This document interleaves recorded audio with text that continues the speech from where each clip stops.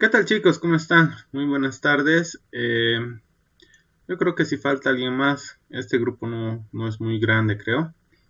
Se va a ir, se va a sumar nomás a la sesión. Vamos a continuar chicos con lo que estábamos viendo la anterior clase. Hoy ya tienen una actividad más que en un momento les voy a explicar, que está en función de lo que vamos a hacer el día de hoy, ¿ya? La anterior clase, la anterior sesión habíamos terminado de ver lo que era la parte de mantenimiento predictivo, ¿no? Y hemos visto algunas aplicaciones y bueno, en función de eso hemos terminado ese capítulo, ¿no? Que era de tipos de mantenimiento, ¿no? Lo que vamos a hacer ahora está en función de lo que es la organización técnica del mantenimiento, ¿ya? La organización técnica del mantenimiento es una parte fundamental para comenzar a establecer lo que es el plan de mantenimiento, ¿ya? Y de acuerdo a eso, miren, nosotros necesitamos aprender a manejar algunas herramientas.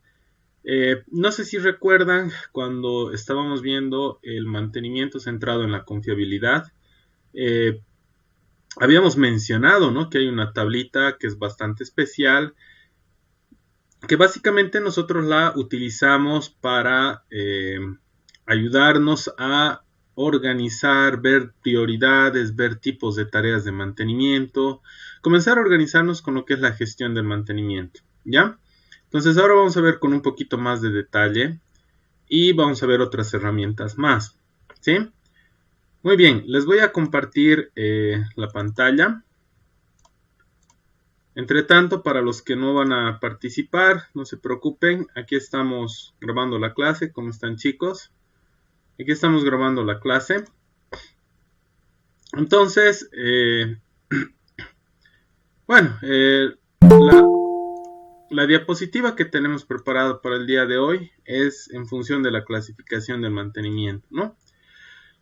Básicamente, miren, acá nosotros tenemos lo que es planeación, lo que es la parte de, ahí está, planeación, monitoreo, análisis, acción, ¿no?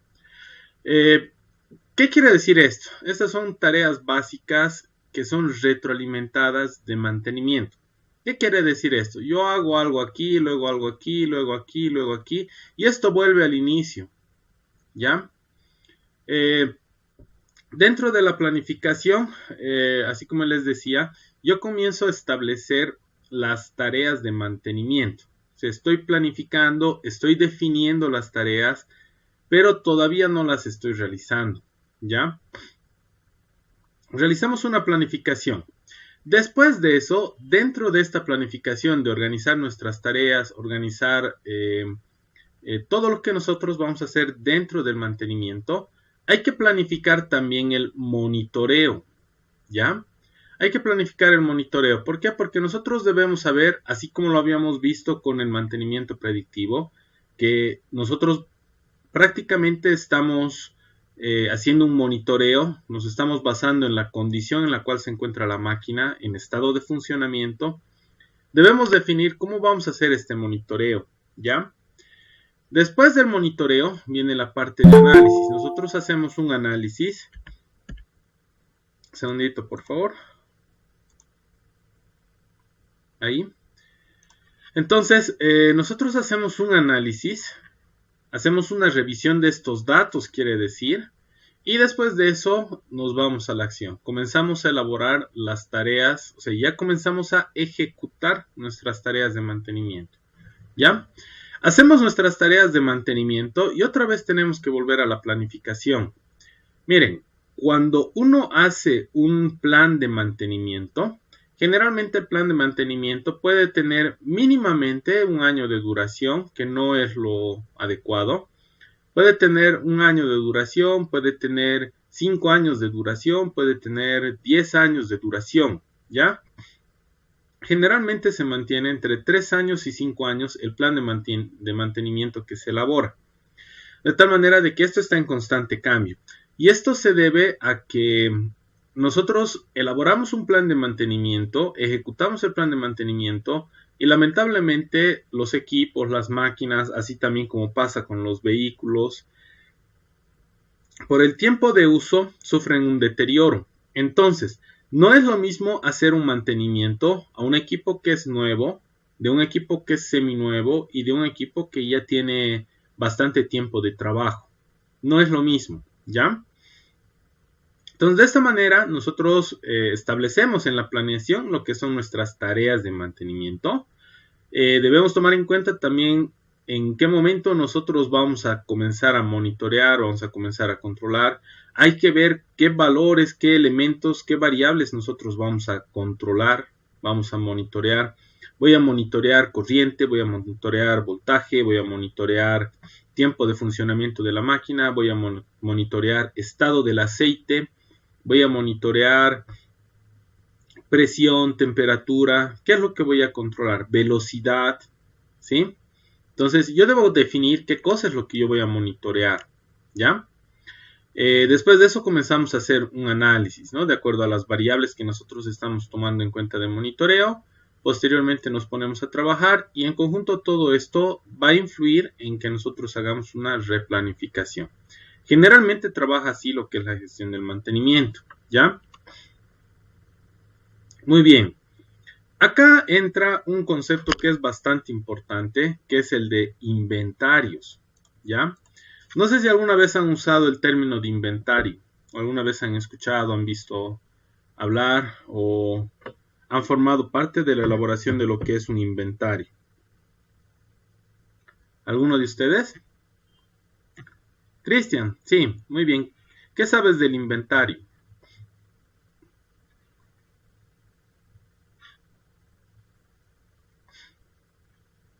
Oscar también, qué bueno.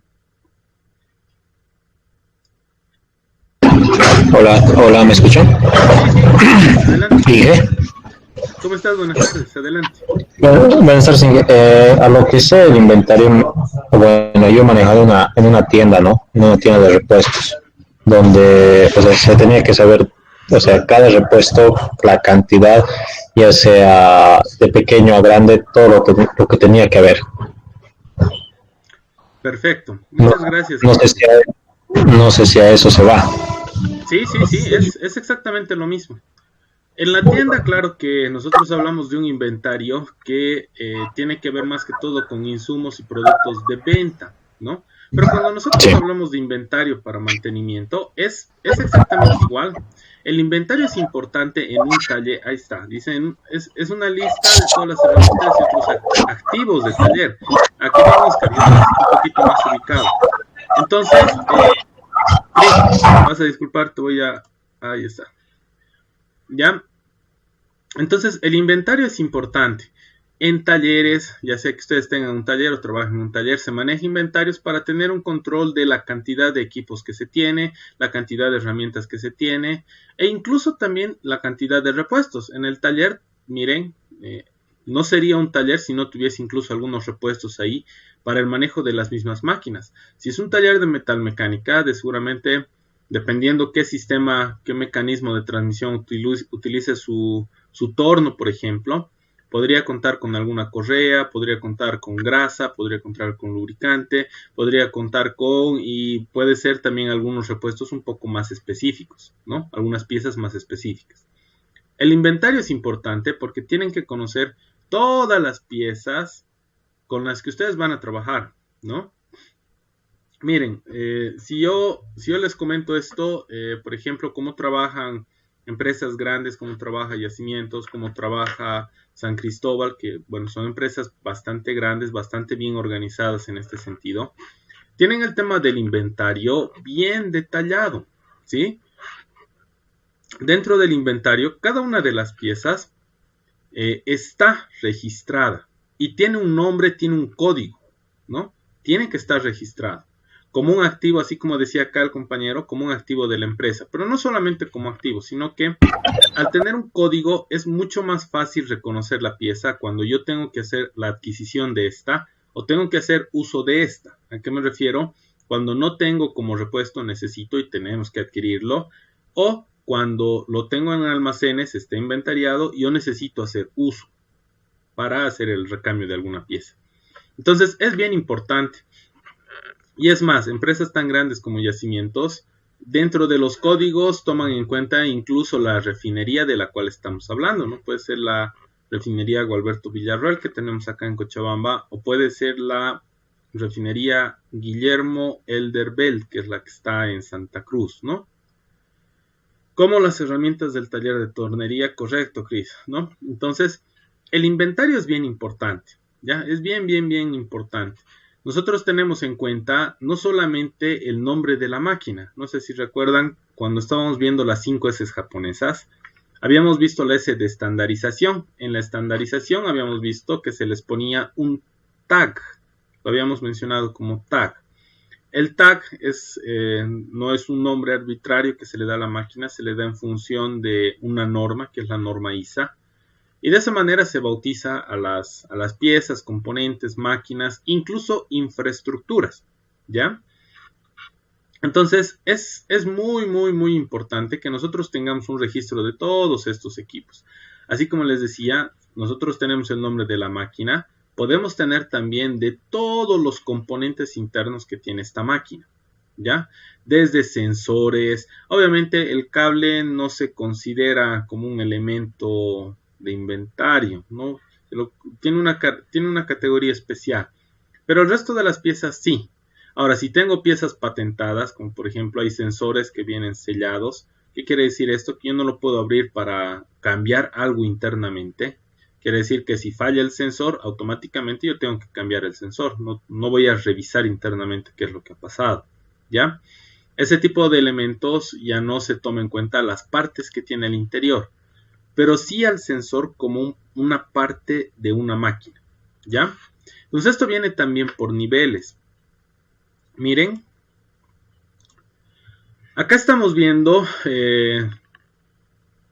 dentro del inventario qué cosas nosotros podemos tomar en cuenta. Si nosotros hablamos de equipos, ¿no? Tenemos lo que son equipos técnicos y equipos generales. Los equipos generales hablamos de todo lo que son instalaciones, obra civil, urbanizaciones, puede ser calles, carreteras, vallas, jardines, cocinas, etcétera, etcétera, ¿sí? Si nosotros tenemos, por ejemplo, en una empresa jardinería, hasta la jardinería tiene una ubicación, ¿sí? Y se lo considera como un inventario, parte de un inventario, porque parte de el pasto que tienen ahí ha sido adquirido, ha sido comprado y no plantado, digamos. Entonces sí también entra como inventario. Es importante conocer, porque así, digamos, si nosotros como empresa queremos contratar a otra empresa que haga el mantenimiento de la jardinería, le vamos a decir, ya mira, tú te vas a hacer cargo del jardín 1, jardín 2, jardín 3. Es importante que nosotros sepamos a qué jardín nosotros le vamos a asignar a esa empresa para que trabaje. Lo mismo pasa con las urbanizaciones, calles y carreteras. Miren, tenemos un montón de calles, carreteras en distintos tipos de centros urbanos. Entonces, ¿qué pasa si el personal de mantenimiento de las calles, por ejemplo, tiene que salir a hacer algún trabajo y esas calles no tienen nombre, no tienen número? Entonces yo le voy a decir, anda a tal zona y haz el mantenimiento de la calle. Y el personal no se va a ubicar. Una zona puede ser un área bastante grande. Que yo le diga, anda a la Blanco Galindo, kilómetro 7, como un santo y seña, le diga, anda tal lugar. Y ahí vas a hacer el mantenimiento del asfalto, ¿no? Entonces, el nombre es bien importante porque aparte le da una ubicación lógica dentro de la estructura de la empresa a ese objeto, esa pieza, esa máquina, ¿ya? Entonces, tenemos equipos generales, todo lo que tiene que ver con obra civil, urbanizaciones, calles, carreteras, valles, jardinerías, cocinas. El tema de instalaciones eléctricas también entra dentro de esta categoría, pero es una red eléctrica que puede ser solamente del edificio, ¿no? Y no así una red eléctrica que sea en campo, donde está la línea de producción, donde está todo eso, ¿no? Es diferente. Tenemos los equipos técnicos, lo que se conoce como equipos de producción y equipos auxiliares o periféricos, ¿no? Los equipos de producción son todas las máquinas que están dentro de la industria en general. Puede ser, por ejemplo, una llenadora de gaseosas, puede ser una trituradora de carne, puede ser una dosificadora de de tabletas, puede ser, no sé, hay muchas aplicaciones, muchas máquinas. Entonces, todas las máquinas que corresponden a producción están en esta categoría, lo que dice equipos de producción. Tenemos también los otros que se los considera como periféricos auxiliares. Hablamos de combustibles, puede ser calderos, estos calderos que suministran calor, temperatura. Pueden ser compresores, pueden ser vehículos, movilidades, grúas, aparatos de elevación, cabestrantes, máquinas de elevación y transporte, tecles. Puede ser también el tema de subestaciones eléctricas. Dentro de las industrias, muchas tienen una pequeña subestación, ¿no? Que les ayuda a controlar la parte de alimentación de energía. Entonces, la subestación, como elemento de suministro de energía de la empresa, forma parte de lo que es un elemento que se considera como periférico auxiliar.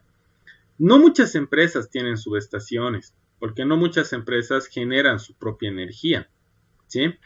Es bien interesante. En el exterior, por ejemplo, estoy hablando de Alemania, estoy hablando de muchos países de Europa, España. El que encabeza esto, pero es Alemania, ¿no? En Alemania, por ejemplo, las industrias producen su propia energía. No producen energía, no usan la energía de la empresa de suministro de su país, así como hacemos acá. Acá incluso las empresas más grandes, por ejemplo Coca-Cola, Unilever, son empresas bastante grandes, no generan su propia energía, sino consumen de la red de suministro, ¿no? Entonces, en el exterior, ¿qué es lo que hacen? Tienen extensiones bastante grandes de terreno en donde tienen, por ejemplo, paneles solares, ¿no? Entonces, tienen energía fotovoltaica. Y tienen una subestación que les ayuda a regular eso y a que la misma empresa aproveche esta energía. Tienen en algunos casos incluso hasta generadores eólicos, geotérmicos, y bueno, ellos sí se ocupan de esto, entonces tienen subestaciones, ¿sí? Pueden ser algunas plantas que sean también estacionarias, de tratamiento de residuos, ¿no? Algunas empresas, por la cantidad de desechos que tienen, en este caso, por ejemplo, las mineras, todas las mineras deberían contar con esto, pero lamentablemente no es así, por el tema de impacto ambiental. Deberían tener plantas de tratamientos de agua. Les digo esto de las empresas mineras porque las empresas mineras consumen caudales elevados de agua, ¿no? Es por eso que, bueno, lamentablemente en las zonas en donde se encuentran, estos ingenios mineros, la tierra es bastante erosionada por lo que están sacando y aparte que se están consumiendo todo el agua de la zona y la devuelven contaminada, ¿no? Entonces, esta agua ya no es bebible, en teoría ya no debería ser bebible, deberían tener plantas de tratamientos de agua. En algunos casos corresponden, no siempre. Redes de generación de aire comprimido, red eléctrica, red de alumbrado, informática y de datos, teléfonos, comunicaciones, calefacción y aire acondicionado. Todos estos elementos que están viendo acá son los que corresponden a periféricos de servicios auxiliares, ¿sí? Y los equipos de producción. Todo esto que están viendo acá, en las empresas viene inventariado. Las máquinas, las piezas de las máquinas, todos los elementos auxiliares, las obras civiles, todo lo que están viendo acá viene inventariado. ¿Ya? Muy bien, hasta acá, no sé si tienen alguna duda, alguna pregunta. ¿O algo que quisieran que les repita?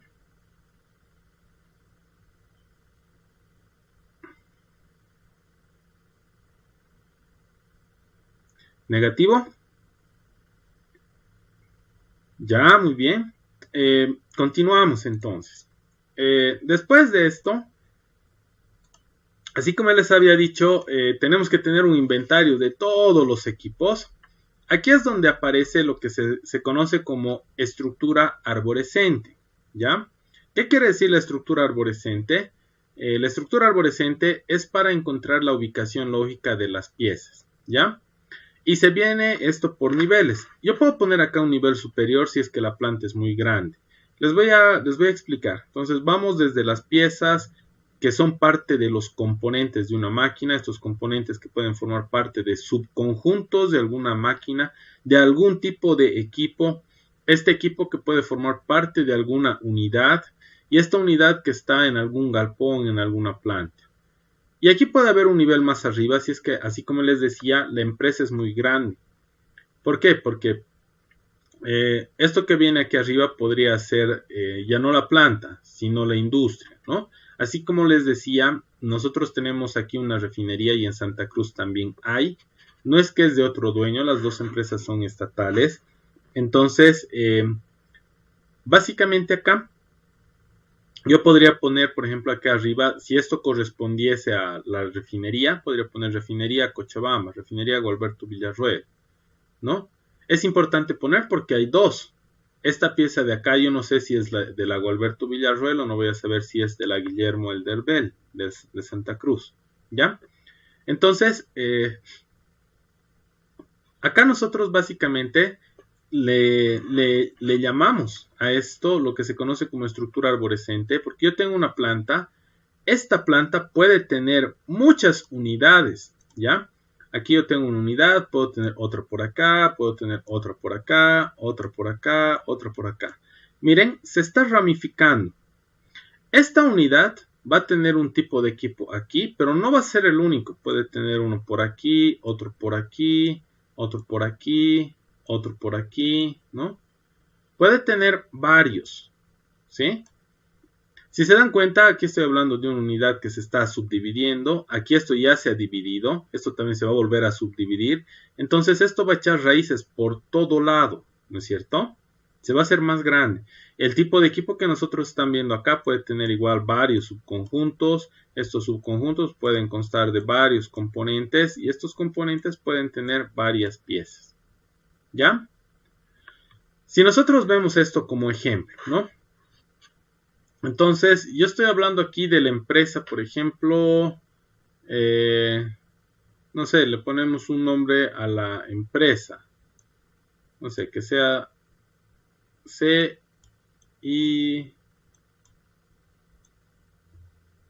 que va a ser CIM. Control y mecanizado se va a llamar mi empresa, ¿no? Entonces le he llamado CIM. En CIM, que es control y mecanizado, yo tengo una planta que es laminación en frío. ¿Qué quiere decir? Tal vez esta de acá es una empresa que se dedica al tema de conformado de materiales, ¿no? Estamos creando láminas, chapas en frío, ¿no? En nuestra planta, ¿no? Entonces, en esta planta, miren, si yo estoy haciendo láminas, estoy haciendo la extrusión de láminas, quiere decir también que yo trabajo con metales calientes, con fundición. Entonces, miren, en esta empresa yo puedo tener aquí laminación en frío, puedo tener de este otro lado lo que es la parte del sector de fundición, ¿no? Propiamente dicho, aquí podríamos tener, no voy a escribirlo todo, es un poquito moroso escribir con el mouse. Aquí lo vamos a poner así. Nos referimos a fundición, ¿no? Puede tener fundición y puede tener otras plantas más. Pero ahorita estamos concentrándonos en la parte de laminación en frío, ¿no? No sé si recuerdan del mantenimiento basado en la... No es basado, sí está bien, del mantenimiento basado en el riesgo. Decía una parte que indicaba de que es más fácil manejar cuando nosotros hacemos este tipo de divisiones, ¿sí?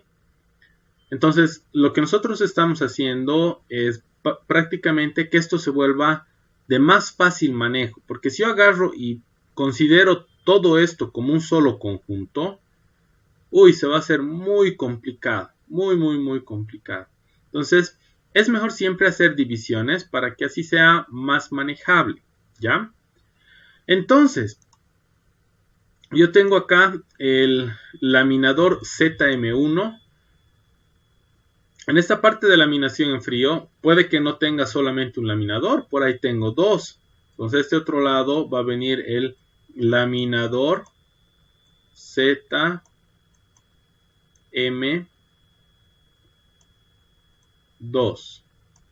El laminador ZM2. Podría tener un laminador ZM3, tal vez en la misma planta de laminación en frío. Puedo tener también otras máquinas. Aquí voy a poner todas las máquinas, todas las unidades que yo tenga en este galpón, ¿no? Entonces, tengo aquí mi empresa, puedo tener varias áreas de trabajo, varios galpones, voy a tener un galponcito donde está fundición, otro galponcito donde está laminación en frío. En laminación en frío tengo el laminador ZM1, ZM2, puedo tener más y algunas otras máquinas también, ¿sí? Entonces, de acá nosotros estamos analizando solamente el ZM1. El ZM1, esta unidad, puede tener varios tipos de equipos. Aquí estamos hablando de una bomba de aceite, ¿no? Tenemos una bomba de aceite.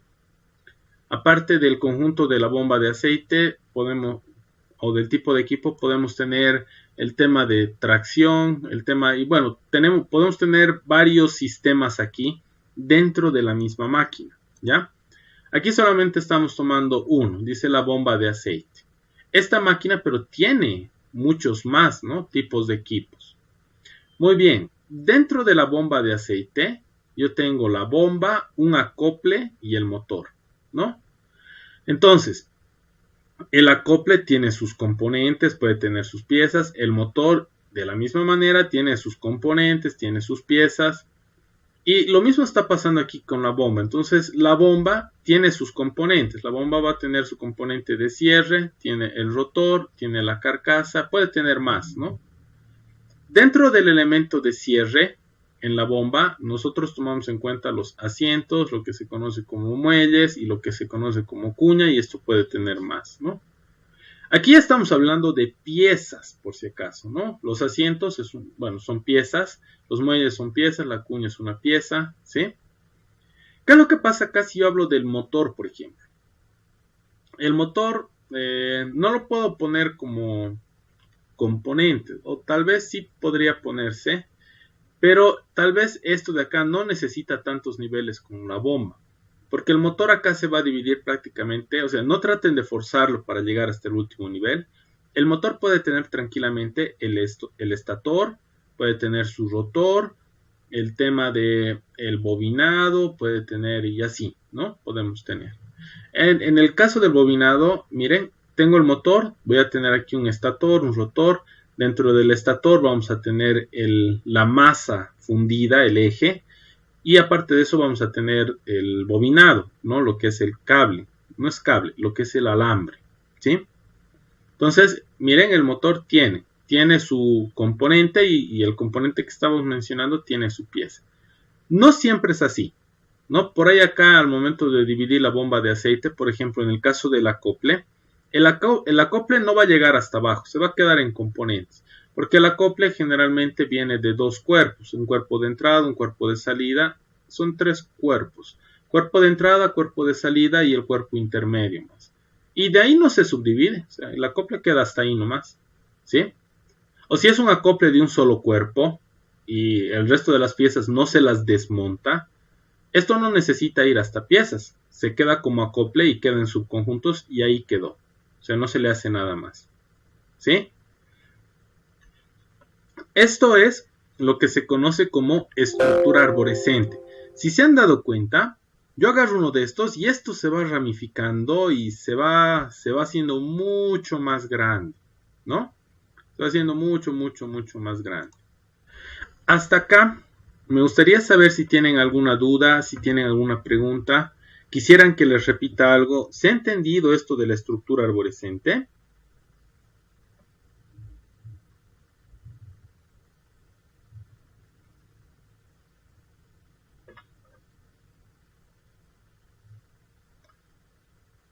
¿O qué parte quisieran que les vuelva a explicar?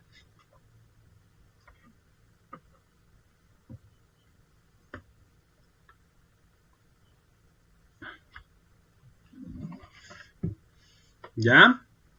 Todo parece estar bien, muy bien. Vamos a continuar. La raíz del árbol. ¿A qué te refieres con la raíz del árbol, Jimmy? ¿Cómo se ramifica? No, y me refería a que, digamos, la raíz del árbol termina cuando, o sea, hasta donde se pueda hacer, hasta donde pueda desarmarse nomás, ¿no ve? Donde se pueda desarmar. Por ejemplo, así como te decía, el acople, hay acoples que vienen como un solo cuerpo, entonces no se lo puede desmontar, no lo puedo desarmar, ¿ya? Entonces en ese caso se queda como acople, ¿no? Si hay alguno que sí se pueda desmontar, entonces lo tienen que seguir abriendo, ¿no? Lo tienen que seguir separando por piezas, ¿ya? Muy bien. ¿Alguien más tiene alguna duda? ¿Tiene alguna consulta?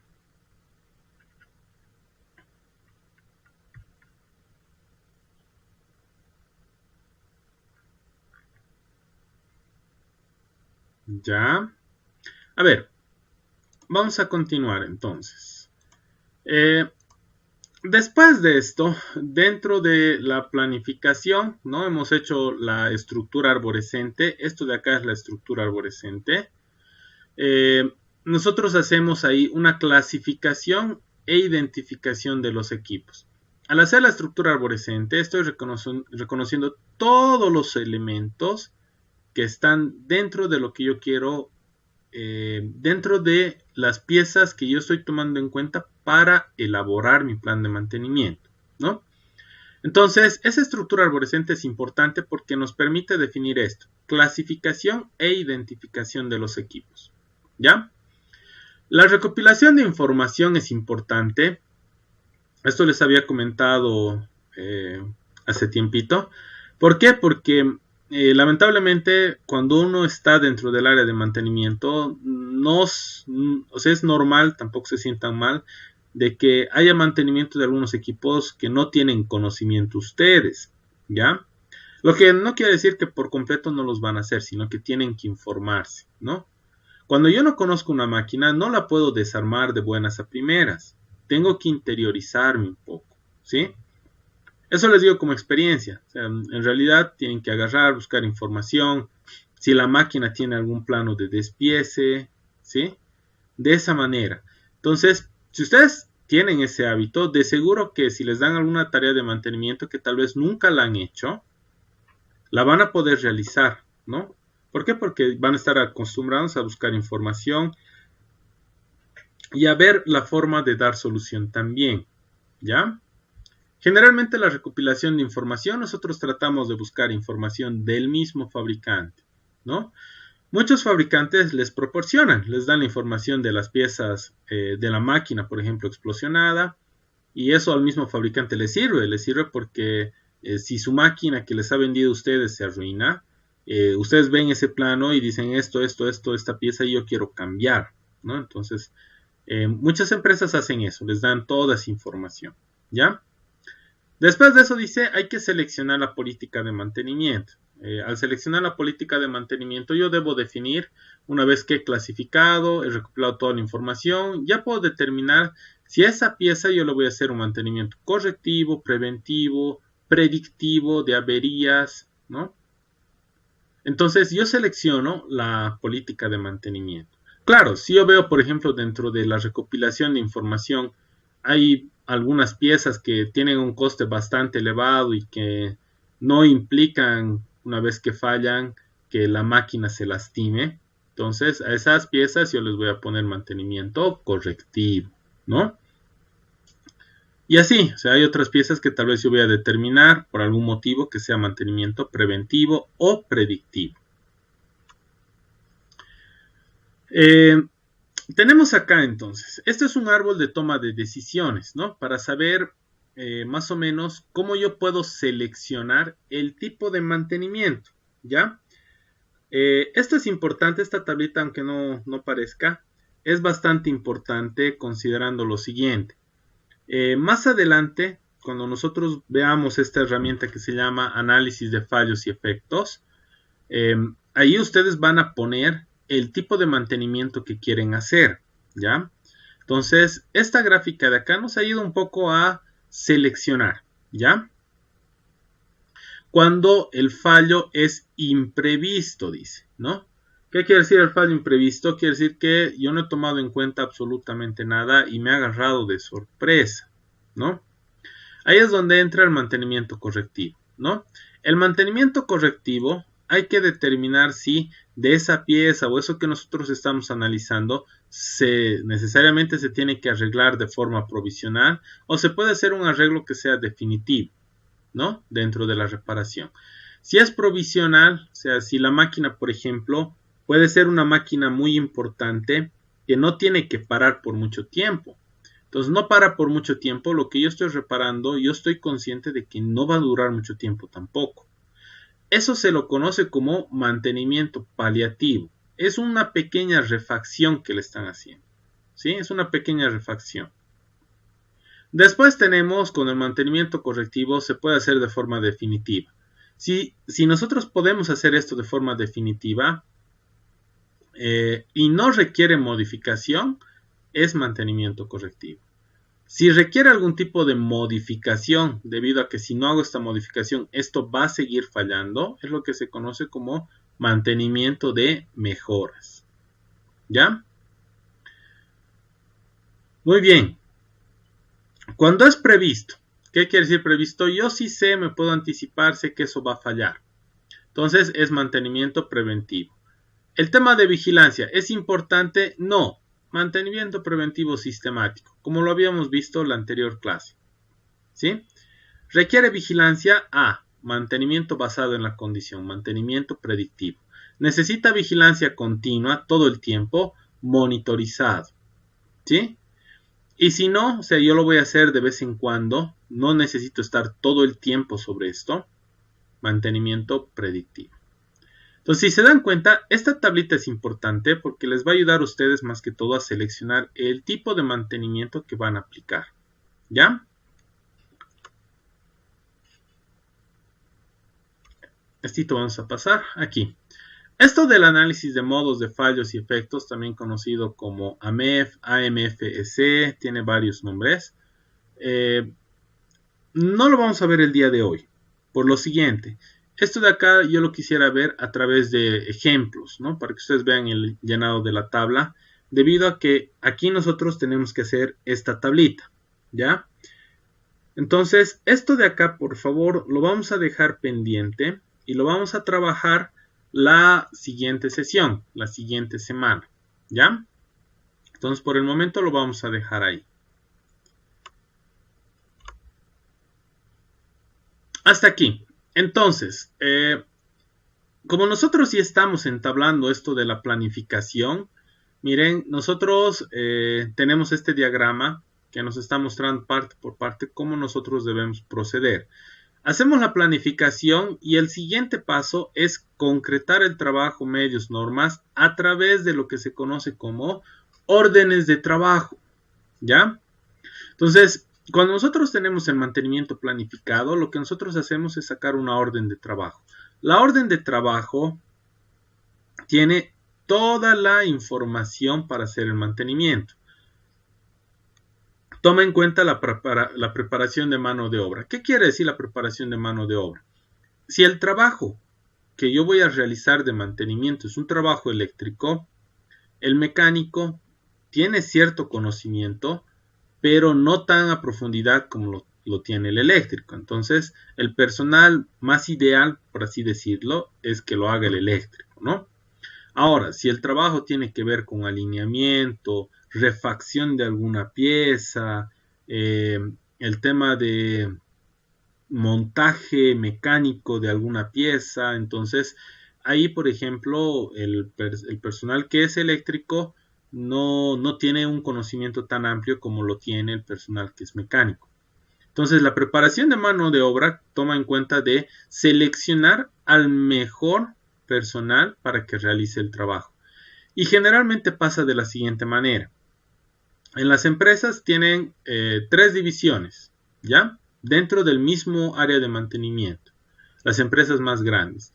Tienen los de instrumentación, que se encargan de toda la parte de automatización, revisión de componentes electrónicos. Algunos eléctricos tienen una limitación hasta cierta potencia, porque después de eso entran los eléctricos, el mantenimiento eléctrico, ¿sí? Entonces, mantenimiento eléctrico, por ejemplo, en el caso de motores, el personal de instrumentación hace el trabajo con los motores hasta antes de los 5 HP. Más de los 5 HP se encargan directamente los eléctricos. Después de eso tenemos también el mantenimiento mecánico, ¿no? Entonces, generalmente en la empresa tienen esto bien separado. Son personal específico, ¿sí? Generalmente en las empresas grandes no tienen a una misma persona haciendo todo, sino que se separa, ¿no? Entonces la preparación de mano de obra consiste en seleccionar al mejor personal para realizar el trabajo, ¿no? Ya sea personal propio o personal externo. El tema de preparación de materiales es importante porque yo debo seleccionar mis herramientas. ¿Qué repuestos necesito? ¿Qué herramientas necesito yo, ya sea para montar, desmontar, ¿no? ¿Qué documentos necesito? ¿Necesito algún plano? Todo lo que tiene que ver con alistar, preparar los materiales para realizar el trabajo. Y finalmente viene la parte de programación. Voy a hacer este mantenimiento y lo voy a poner en mi orden de trabajo cada mes durante todo el año, ¿no? Viene la parte de programación, ¿sí? Hasta acá me gustaría que me indiquen si se está entendiendo, si tienen alguna duda, tienen alguna consulta. ¿Está todo bien?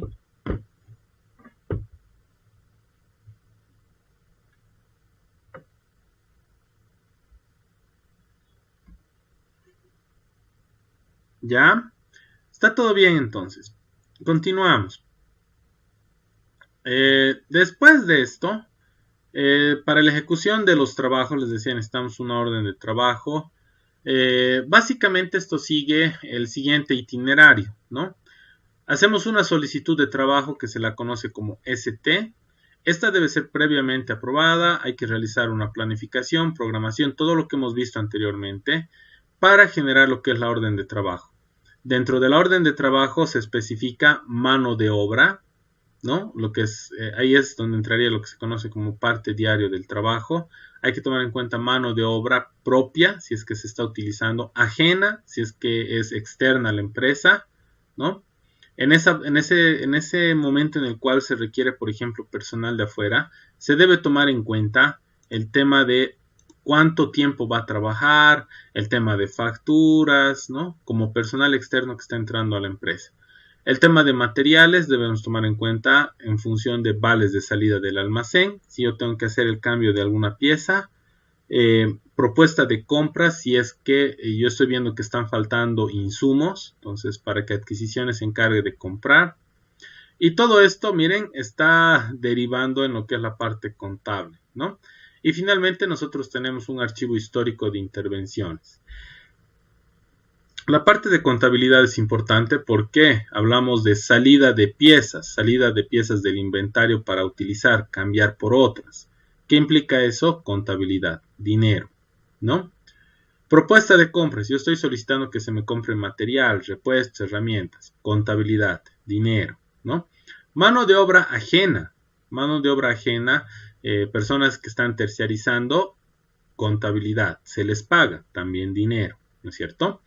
Mano de obra propia, aunque, bueno, sea parte de la misma empresa, el personal propio también tiene sueldo, por lo tanto también tiene que ver con la parte contable, ¿no? Al final nosotros tenemos esto de acá que es un archivo histórico de intervenciones, ¿ya? El archivo histórico de intervenciones es importantísimo cuando uno está haciendo mantenimiento, ¿ya? Les explico por qué, se les explico esto utilizando un ejemplito, ¿no? Miren, seguimos haciendo comparaciones entre las personas, entre los seres humanos y las máquinas, más que todo cuando hablamos de mantenimiento. ¿Qué es lo que sucede cuando una persona está enferma? ¿No? Una persona se enferma, lamentablemente llega al hospital, entonces le internan, está en su camita y le dejan, no sé si alguna vez han visto, le dejan un tablero con una hoja ya sea en la cabecera o en la parte de los pies de la cama del hospital, ¿no? Entonces viene la enfermera, el enfermero, puede venir el médico también, revisa esa tablita y ahí va a detectar las horas en las que les han ido a tomar la presión, a qué hora les han cambiado el suero, qué temperatura tiene, algún reporte de alguna anomalía, qué cosas han encontrado. ¿Por qué? Porque va a venir el médico, porque no el mismo médico siempre va a estar cuidándoles, va a venir otra persona, va a revisar eso y va a decir, ya le han dado este medicamento, entonces ya no tengo que volver a darle. Hoy le ha dado fiebre ayer, hay que controlar hoy día, ¿no? Y se controla. Entonces, Esa tablita de las intervenciones que se han hecho es importante porque imagínense si el día anterior le han dado una tableta especial al enfermito y el día siguiente no saben que le han dado eso y le dan alguna medicación y puede tener alguna contraindicación, entonces puede ser bastante peligroso para el paciente, ¿no? El hecho de que el doctor vaya y no sepa que noche anterior el paciente ha tenido un montón de fiebre, ha tenido escalofríos, y bueno, se ha indispuesto tal vez. Entonces, si el doctor no sabe eso, no va a saber qué hacer ese rato que le esté viendo, ¿no? Si no sabe cuáles son los antecedentes de ese paciente, ¿ya? Es muy importante. Miren, ustedes si en algún momento han ido a alguna clínica a hacerse atender, tal vez han llegado a tener esta tablita si es que se les ha hospitalizado y si no tienen lo que se conoce como historial clínico, ¿no? Básicamente esta tablita es como el historial clínico de la máquina, ¿ya? Cualquier persona que vaya a trabajar con esa máquina tiene que tener acceso a esa información, eso es por norma. ¿Por qué? Porque así saben qué cosas le han hecho a esa máquina. Tal vez le han cambiado alguna pieza y requiere un poco de control, monitoreo para ver cómo está funcionando con esa nueva pieza. Entonces, es bien importante. Es bien importante. En el mismo instituto, en Infocal, no sé si se han fijado, los mismos tornos que manejamos tienen un tablerito. El personal que trabaja en máquinas herramientas en Infocal tienen tablitas donde verifican, controlan y monitorean el tema de mantenimiento, ¿no? Cómo se está haciendo el seguimiento del mantenimiento de las máquinas. ¿Sí? Entonces, ese documento es importante. Ustedes cuando comiencen a trabajar con tal vez gestiones de mantenimiento y todo eso, si la empresa donde están trabajando no cuenta con estas tablitas, donde nosotros tenemos el control de los mantenimientos, los trabajos, anomalías que se han presentado en esa máquina, entonces su trabajo va a ser menos eficiente.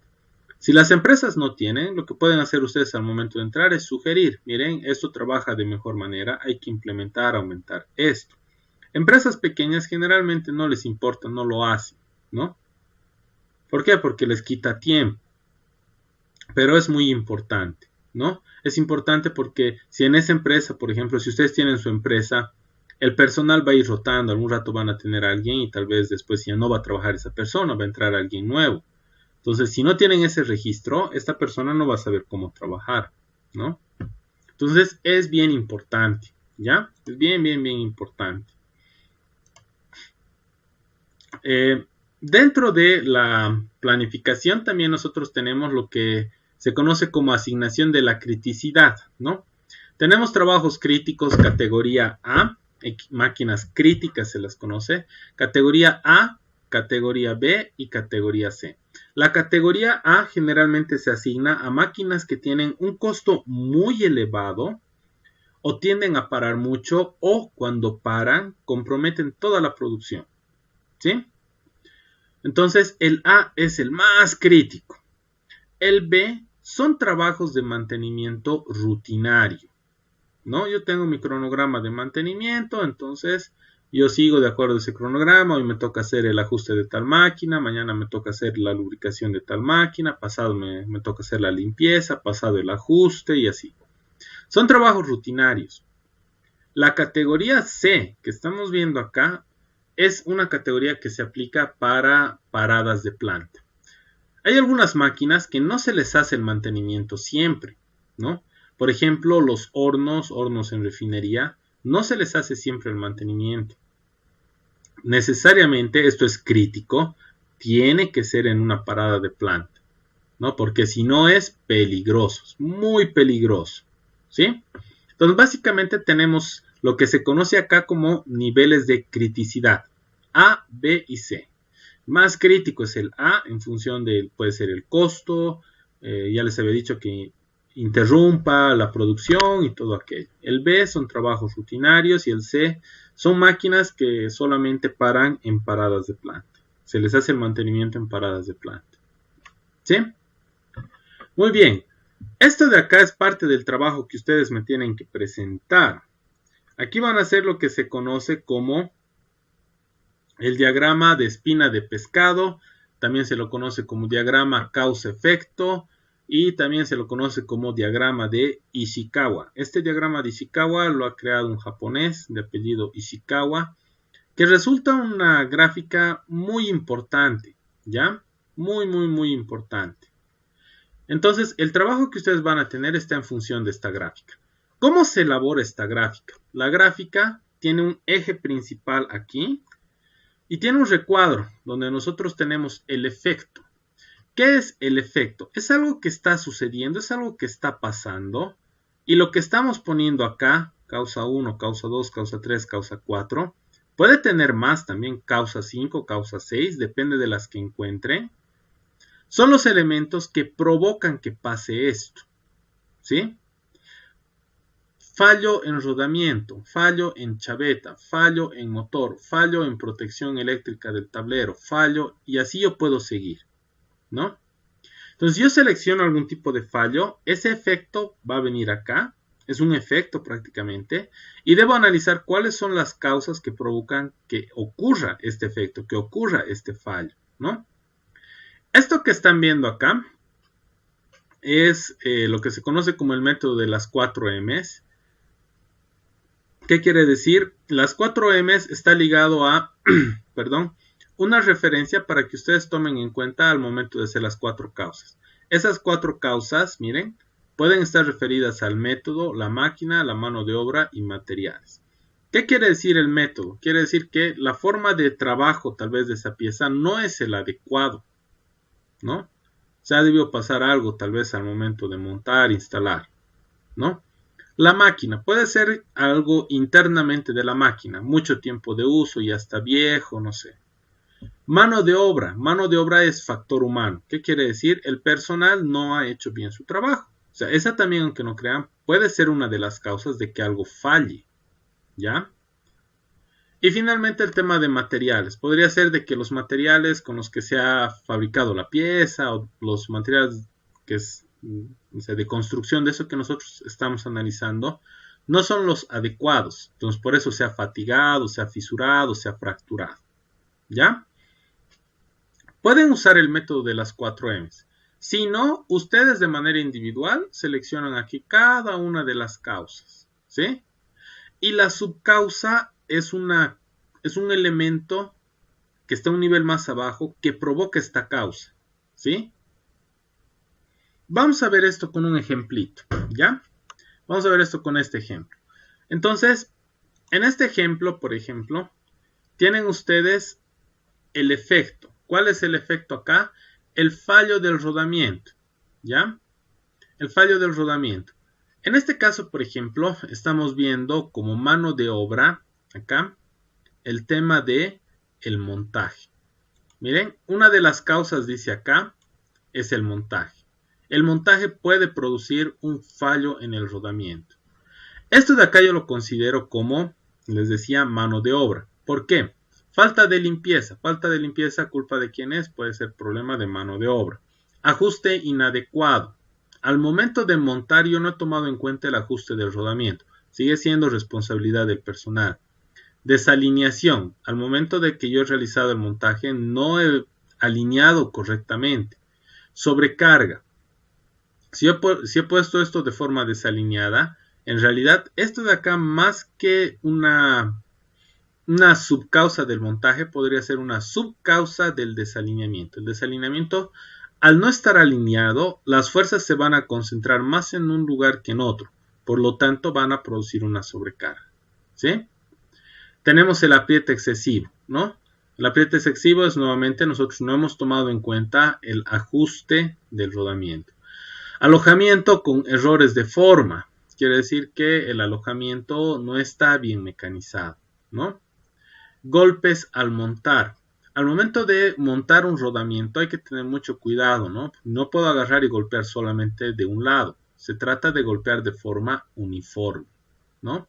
¿Para qué? Para que el impacto lo reciban si es un rodamiento rígido de bolas, lo reciban todas las bolas, ¿no? O sea, sea equilibrado, ¿ya? Tenemos otro acá. Dice acá, puede ser un fallo por sello obturación. ¿Qué es el sello obturación? Hay rodamientos rígidos de bolas, no sé si alguna vez se han fijado, que tienen placas metálicas y hay otros que tienen placas de plástico, ¿no? El sistema de obturación se refiere a eso, al sistema de sellado que tiene el rodamiento. Son como patentados, ¿no? Prácticamente. Entonces, dice, el sistema de sellado de obturación es ineficaz. ¿Qué quiere decir acá? La persona puede ser que no haya seleccionado bien el rodamiento, por lo tanto el sistema de obturación que tiene no es el adecuado. El sistema de obturación viene por si acaso, de acuerdo a la velocidad de trabajo, qué tanto de vibración va a estar sometido el rodamiento, y bueno, tiene otros factores más, ¿no? Entonces, otra causa, esta es una causa, que produce que hay una falla en los rodamientos, es el sello de obturación. Una subcausa de esto puede ser que la obturación es ineficaz, ¿no? Entonces, miren, obturación ineficaz, problemas en el sellado y obturado, por lo tanto, problemas en el rodamiento, fallo del rodamiento. Tiene una relación, ¿no? Miren lo que yo tengo aquí con lo que está aquí y esto con lo que está aquí. Así cuando ustedes hagan, tiene que tener también relación. Acá tengo otro ejemplo, dice condiciones de trabajo. Las condiciones de trabajo es el entorno, ¿no? Acá dice vibraciones sin girar. ¿Qué quiere decir? Está vibrando mucho. Carga excesiva axial. Puede ser que esté mal montado o puede ser que yo tenga un eje en donde tengo, no sé, una correa que no está bien alineada. Entonces, si no está bien alineada, eso va a producir esfuerzo axial. ¿Y quién va a pagar el precio? El rodamiento. Dice acá presencia de agua y humedad, ¿no? Condiciones de trabajo. En el lugar donde está trabajando hay agua y humedad. Por lo tanto, el lubricante se está acabando bastante rápido. Se deteriora muy rápido, ¿no? Sobrecarga en reposo. Quiere decir que tal vez está cargando con mucho peso. Carga muy ligera respecto a la velocidad de giro. Eso crea es otro tipo de sobrecarga. Tampoco es positivo. Paso de corriente eléctrica. Al ser un metal también conduce energía, por lo tanto hay que tener cuidado con las conexiones eléctricas. El otro sería, por ejemplo, por tema de lubricación. ¿Cuándo falla el rodamiento por tema de lubricación? Cuando el lubricante es contaminado, cuando no se ha lubricado o el lubricante que se está utilizando no es el correcto, ¿ya? En este tipo de casos podemos producir un fallo en el rodamiento por lubricación. Muy bien. Esto de acá es lo que se conoce como el diagrama de Ishikawa, ¿no? ¿Ustedes qué deben hacer? Ahorita les voy a explicar para su tarea. Deben seleccionar el fallo de algún tipo de equipo. Fallo de tal sensor, fallo de correa, fallo de cadena, fallo de engranaje helicoidal, fallo de engranaje de dientes rectos. No sé, ustedes van a seleccionar. Lo mínimo que ustedes deberían poner acá, siguiendo esta metodología, son las 4 M's. Si pueden poner más, adelante, pónganle más. Lo mínimo que tiene que estar acá son las 4 M's. Cuando ustedes seleccionen esto, van a poner sus causas acá y a cada causa le van a poner subcausas, ¿sí? Mientras más completo esté el trabajo, este trabajo que van a hacer es sobre 100 puntos, mejor nota van a tener. Si yo voy a detectar que todavía les falta, o sea, que aquí me han puesto una causa y aquí una subcausa y así lo han dejado, y yo encuentro más subcausas para esta causa, les voy a ir quitando puntitos, ¿ya? Miren, el trabajo de ustedes consiste en elaborar esta gráfica. ¿Cómo? Este documento de acá, ahorita ya se los he puesto en la plataforma, está aquí en la plataforma. Esta es la lectura 1, lectura 2, lectura 3, organización técnica del mantenimiento, lectura 4. Aquí está. Aquí está. ¿Sí? Entonces, acá tienen la actividad 2, que dice elaboración del diagrama de Ishikawa. Dice, van a descargar el documento adjunto, que es un Word, por si acaso es un documento Word. Van a llenar el documento de acuerdo a las instrucciones, ahorita les voy a mostrar. Y esto deben entregar, ¿hasta cuándo? Hasta mañana a la medianoche. No es mucho trabajo, ¿ya? No es mucho trabajo. Pero es que ustedes ubiquen alguna idea sobre la cual trabajar. Este documento Word, por si acaso, dice la entrega de la actividad debe ser en PDF. Este documento que yo le estoy mandando en Word es para que ustedes pongan su nombre o sus nombres. Aquí le he puesto un nombre del estudiante, pero es porque algunos pueden trabajar de forma individual o, miren, les estoy dando la opción de trabajar también en pareja, ¿ya? Pueden trabajar también en pareja, ¿sí? Entonces, si van a trabajar en pareja, aquí le van a poner 2 y el nombre del otro integrante. Entonces, aquí ya no sería nombre del estudiante, sería nombre de los estudiantes, ¿sí? Muy bien, entonces el trabajo lo pueden hacer en grupos de hasta 2 personas. Trabajitos sobre 100 puntos, lo tienen que entregar hasta mañana a la medianoche. Van a realizar una pequeña descripción del objeto sobre el cual se va a elaborar el diagrama de Ishikawa. Si yo estoy hablando de un rodamiento, entonces aquí yo le voy a poner rodamiento rígido de bolas y voy a hacer una pequeña descripción, bien pequeñita, ¿no? Unas 2 líneas, 3 líneas en lo que les entre, para que yo me entere exactamente de qué se trata el efecto que ustedes están poniendo acá. Porque después, esta gráfica, ustedes la van a hacer aquí, donde dice diagrama de Ishikawa, ¿no? No es complicado, miren. No les voy a pedir que saquen la espina de pescado, o sea, que sea un pescado exacto. La forma más sencilla, o sea, lo que me interesa más es el contenido, pueden hacerlo a través de aquí, ¿no? Lo que son las formas. Yo voy a poner un cuadrado acá. Esto tiene... ¿Dónde está? Esto tiene acá una línea. ¿Dónde está mi línea? Aquí está. Esto tiene acá una línea. Ahí. Y aquí yo voy a comenzar a derivar los otros recuadritos, ¿no? Y aquí yo voy a anotar, ¿no? Vamos a anotar acá la información o qué es lo que nosotros queremos poner, ¿sí? Pues, así como el ejemplo, ¿no? Fallo en rodamientos. Fallo en cadena. Cadena, pero hay que especificar un poco también, ¿no? Hay que tratar de especificar. Ahora, les explico cuál es la importancia de hacer esta herramienta. En realidad, chicos, cuando uno quiere elaborar esta tablita, lo primero que debería haber hecho es elaborar este diagrama. Porque con este diagrama, miren, yo estoy identificando el rodamiento como un objeto al cual yo le tengo que hacer el mantenimiento. Entonces estoy analizando las fallas. Yo identifico todas las posibles fallas, todos los posibles elementos que pueden provocar una falla.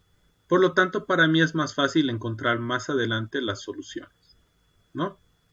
Es por eso que este diagrama es bien importante, ¿no? El diagrama que se lo conoce como de Ishikawa. Entonces, ustedes van a hacer acá su diagramita de Ishikawa. Obviamente que el fallo en rodamientos ya no es algo que ustedes pueden utilizar porque ya está hecho acá. Es solamente un ejemplito. Van a tener que ver ustedes de seleccionar cualquier otro equipo, ¿ya? Entonces, esto lo trabajan en parejas. Van a ser en máximo de 2 personas. Es sobre 100 puntos. La entrega es hasta mañana a la medianoche. Van a realizar una pequeña descripción acá. Van a elaborar el diagrama de Ishikawa. Y acá dice algo importante. Cada integrante debe subir de forma independiente la tarea. Aquí tenemos un estudiante, aquí tenemos otro estudiante. Los dos han hecho. Los dos van a guardar este documento como PDF. Y ese PDF, este compañero va a subir, por más de que tenga el nombre de los dos. Y este de acá también. Porque si uno de ustedes no presenta, va a aparecer como si no hubiese hecho la tarea. ¿Ya? Entonces, no sé si tienen alguna duda, alguna pregunta hasta acá, alguna consulta.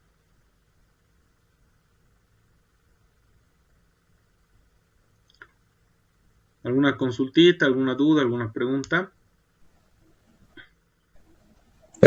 Yo tengo una duda, Inge. Dime. ¿Se podría usar algún programa para no estar, porque es un poco demoroso al momento de hacerlo en Word? Yo sé hacer esos diagramas con un programa. ¿Se podría hacer en ese programa? Hay programas para hacer esto. Si manejas alguno, adelante. Es más, hasta más estético sale porque tienen el mismo diagrama causa-efecto con forma de pescadito para hacer, ¿no? No hay problema. Sí. Si lo manejas, perfecto. O sea, adelante. Yo les estoy mostrando eso porque en realidad es bien sencillito. Sacas un cuadradito, sacas una línea y después rellenas el cuadrado. Y ahí murió, digamos, ¿no? Entonces depende de ustedes. ¿Es necesario enviar lo que se haga en el programa, aparte del PDF, o simplemente un Mira, screenshot lo que me y... tienes que entregar, Carlos, es lo siguiente. Tu descripción acá, tu diagrama de Ishikawa, el nombre de ambos estudiantes. Esto vienes acá, archivo. No crear un nuevo archivo, perdón. Vienen acá, archivo, guardar como, y lo van a guardar esto como PDF. Yo vengo acá y lo guardo como PDF. Lo pongo guardar. Y ese documento en PDF es lo que ustedes me deben mandar. Lo que tú vas a hacer en otro programa, de seguro que te va a permitir exportar lo que has hecho como imagen. Entonces, imagen la pegas aquí, tienes tu descripción. Y este documento, aquí estoy recalcando por si acaso, en PDF me tienen que mandar, no en Word. ¿Ya? Perfecto. Muy bien. El tema de la descripción, Cristian, en la descripción tú tienes que poner, si yo estoy hablando de un rodamiento, entonces voy a hacer una descripción del rodamiento. Entonces, rodamiento que se está tomando en cuenta es un rodamiento rígido de bolas, es un rodamiento de rodillas, un rodamiento de agujas. Estoy tomando en cuenta una correa, por ejemplo. Estoy tomando en cuenta una correa trapezoidal, simple, de este tipo. Eso es solamente para dar una referencia de qué efecto están ustedes utilizando. Por ejemplo, si yo hablo aquí de rodamientos, para que se entienda más lo que estoy poniendo acá, yo debo hacer una pequeña descripción del rodamiento, ¿no? Si estoy hablando de sellado obturación, aquí por ejemplo estoy hablando de un rodamiento rígido de bolas, pero con sistema de obturación, ¿no? Ya sea de placas o sea por plástico, ¿no? Entonces, en la descripción, en 2-3 líneas es suficiente, ¿no? En sus palabras que pongan una pequeña descripción del objeto que están poniendo aquí. Si yo pongo rodamientos, una descripción del rodamiento. Si yo pongo correa, una descripción de la correa. Si yo pongo cadena, ¿qué cadena será, no? Será una cadena simple, doble, una cadena de rodillos. Entonces voy a poner acá una pequeña descripción de la cadena de rodillos, ¿no? Así, Cris.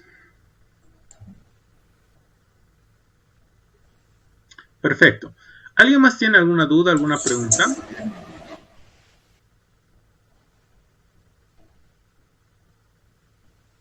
Creo que no. ¿Ya? Muy bien. Esto ya está habilitado, ya lo pueden descargar, este documento Word. Este de acá, y no se olviden, la fecha de presentación es hasta el día de mañana a la medianoche. ¿Ya? Entonces, si no hay más preguntas, chicos, quedaríamos hasta acá. No se olviden hacer este trabajito. Y bueno, ¿no? Les mando un saludo grande, espero que se encuentren todos bien. Nos estaríamos viendo la siguiente semana. ¿Ya? Si alguien tiene alguna duda, alguna consulta, traten de evitar escribirme de forma privada. Para eso es el grupo, por favor. Si es alguna duda sobre el trabajo, entran al grupo de WhatsApp que es para eso. Y ahí tengo esta duda, entonces ahí yo les voy a responder. No de forma individual, por favor. ¿Ya?